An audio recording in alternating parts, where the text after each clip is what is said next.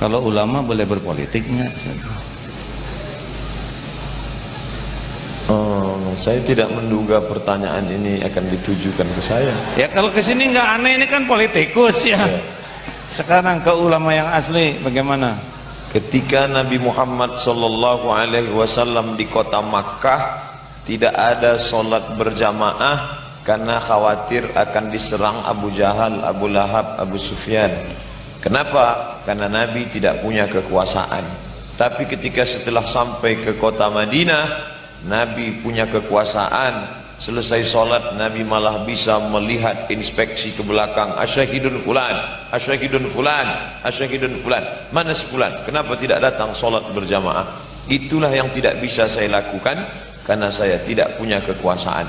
Tapi kalau imamnya gubernur, dia bisa tanya, mana kepala dinas, mana kepala badan, mana kepala kantor, mana kepala wilayah. Biasa cek. Apalagi kalau setelah gubernur jadi presiden.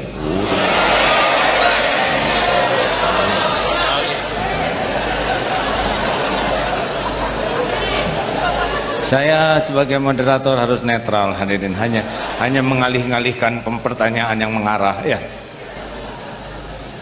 Begitulah hebatnya kekuasaan Ya, Ustaz. ini saya cerita. Beliau sudah jadi, tapi kemarin saya baru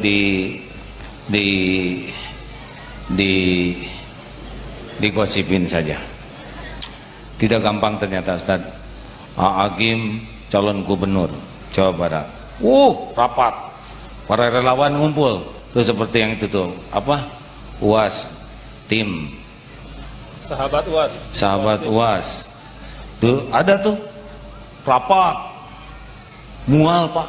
Mual. Iya. Rapat sampai jam 12 malam. Relawan. Pusing saya. Ini teh belum juga daftar, udah mual.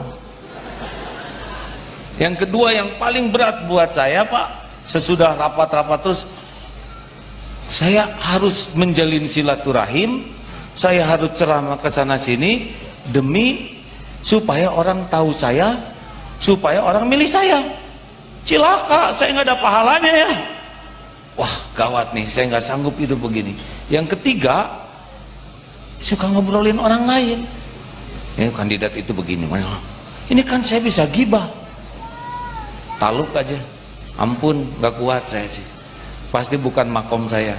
Ada makom orang yang lebih tangguh, yang bisa menjalani ini tanpa kotor hati.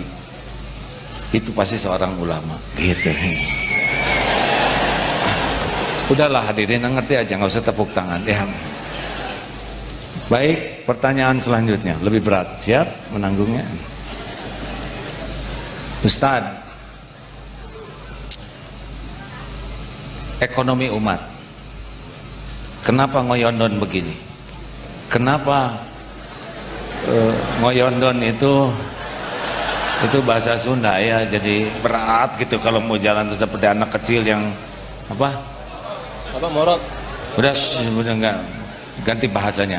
Kenapa ekonomi umat menurut analisa Ustadz sebagai seorang ulama kok tertinggal?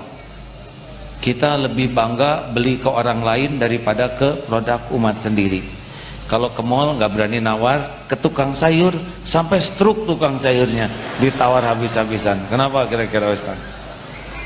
Menurut saya Ustaz, pertama orang Islam sudah dicuci otaknya, memahami bahwa Islam hanya untuk mati.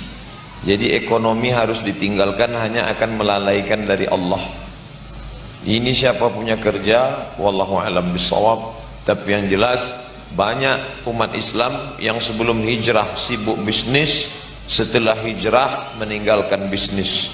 Sebelum hijrah sibuk politik, setelah hijrah meninggalkan politik. Dia katakan, ini zaman jahiliyah saya, sekarang saya sudah Islami. Ini lebih bahaya karena sebelumnya dia menekuni dunia ini semua, sekarang dia sudah meninggalkan dunia padahal dia belum mati meninggal dunia. Akhirnya umat ini terus terperosok jauh. Lalu kemudian umat Islam tidak memiliki rasa empati yang dikatakan Nabi, la yu'minu ahadukum, kamu tidak beriman hatta yuhibba li akhih, sampai kau sayang kepada saudaramu ma yuhibbu li nafsih. Ketika engkau membeli sesungguhnya engkau sedang menolong saudaramu tukang jual ikan, tukang jual sayur. Engkau bukan menghidupi pengusaha besar untuk liburan ke Hawaii, tapi engkau sedang memberikan dia makanan supaya anaknya bisa sekolah daripada dia mengemis. Alhamdulillah, ketika ekonomi umat ini sedang down, perhatian umat tidak konsen ke ekonomi, dihadirkan Allah tokoh-tokoh muda, diantaranya Ustadz Ipo Santosa yang ada bersama kita. Bukunya luar biasa, pengusaha muda muslim. Saya hanya tahu beberapa dalil-dalil yang sangat minim, tapi yang mempraktekkannya langsung. Diantaranya juga Al-Mukarram Ustadz Abdullah Gimnastiar, tidak hanya di bidang dakwah tapi juga bisnis. Maka siapa saja bisa menggali pengetahuan itu. Kalau ini kita kembangkan, insya Allah umat ini akan bangkit. Kalau sudah ekonomi umat bangkit, insya Allah money politik bisa dihindarkan, politisi busuk tidak akan bangkit, dan ke depan muncullah pemimpin muslim yang dipilih oleh seorang muslim yang independen, insya Allah. Jadi gimana sekarang, harus belanja ke siapa nih? Saya ketika ngajak sholat tarawih, orang tidak marah. Ketika viral video tentang marilah kita sholat berjamaah, orang tidak marah. Tapi ketika keluar video pendek, mari belanja ke warung muslim, disitulah baru keluar tuduhan, ini anti kebinekaan, ini radikal, ini anti minoritas, ini orang tidak layak hidup di NKRI. Kenapa? Ada yang ekonominya terusik. Tapi saya tidak peduli, saya tetap deklarasikan, belanja ke warung muslim, hidupi usaha-usaha muslim. Yang punya tanah, buatlah Kita Mart, 212 Mart. Bagi yang mau buat nama lain bisa MKMart,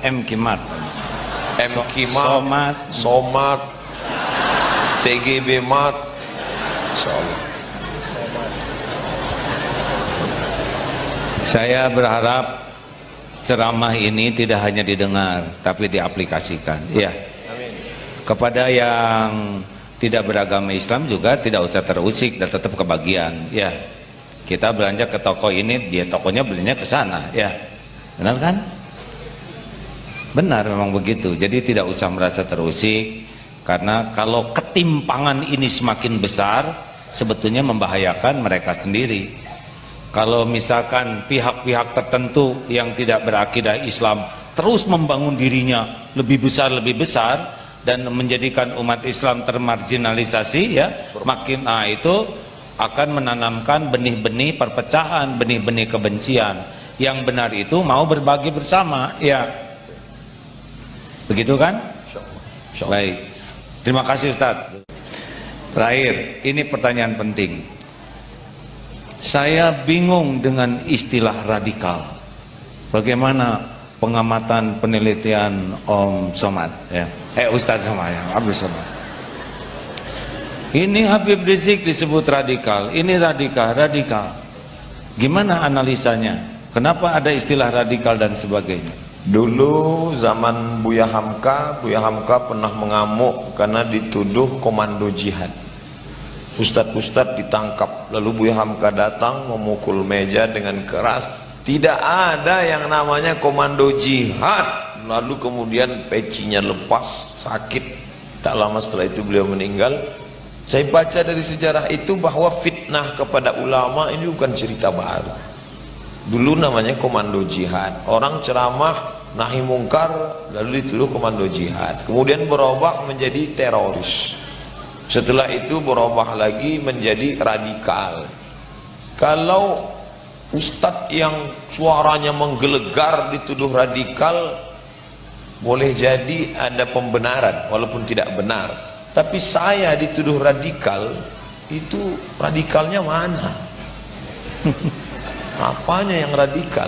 Maka selalu ketika memang ada yang nyangka radikal, Ustaz Somad? Ada diisukan di internet radikal. Oh gitu, nggak usah dibaca ya. Saya nggak baca tapi dikirim jamaah. Solusinya bagaimana sekarang supaya istilah itu tidak pada tempatnya? Mungkin ada yang radikal, ya, yang radikal betulan, ada yang diradikal-radikalkan. Apa sarannya bagi para ustadznya, juga bagi yang menuduhnya? Saya kira ustadz kita harus balance, menilai, seimbang. Yang satu mengatakan terlalu takut dengan Islam, seolah-olah kalau nanti orang Islam berkuasa fanatik, lalu yang non muslim akan dibantai, bunuh, dihabisi, maka muncullah yang disebut dengan Islamophobia, takut terhadap Islam. Sedangkan yang satu kelompok lagi pula terlalu takut dengan nasionalisme sehingga menjadi Indonesia phobia. Kedua kelompok ini ada. Maka kita mesti faham, negeri ini didirikan oleh para ulama. Makanya ketika kita bicara Pancasila, nilai-nilai Islam ada dalam sila-sila itu. Keadilan, ketuhanan yang Maha Esa, persatuan Indonesia, kemudian musyawarah. Itu nilai-nilai Al-Quran dan Sunnah yang diformulasikan, yang dibuat oleh para ulama. Makanya di pembukaan Undang-Undang Dasar itu atas berkat rahmat Allah yang Maha Kuasa. Maka ketika orang berteriak Allahu Akbar, dia tidak anti Indonesia. Dan ketika orang berteriak Pancasila, dia tidak anti la ilaha illallah.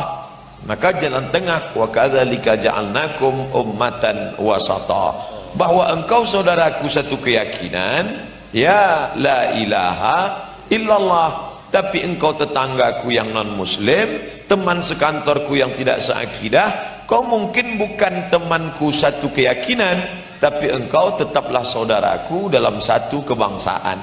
Islam mengajarkan ukhuwah Islamiyah, tapi ada juga ukhuwah wataniyah, persaudaraan satu negeri. Ada juga ukhuwah insaniyah, sama-sama manusia. Dan ketika Nabi Muhammad sallallahu alaihi wasallam mengajarkan, satarijuna rijalan fis sawami, nanti kalian akan menemukan para pendeta di gereja, la ta'ridu lahum, jangan ganggu pendeta, la taqtulu sabiyan murdi'a, jangan bunuh anak kecil yang masih menyusui, wala syaikhan faniya, jangan bunuh orang tua renta, la taqtulunna syajaratan, jangan potong pokok kayu, wala ta'qiranna nakhlan, jangan cabut pohon korma, wala tahdimu buyutan, jangan hancurkan rumah.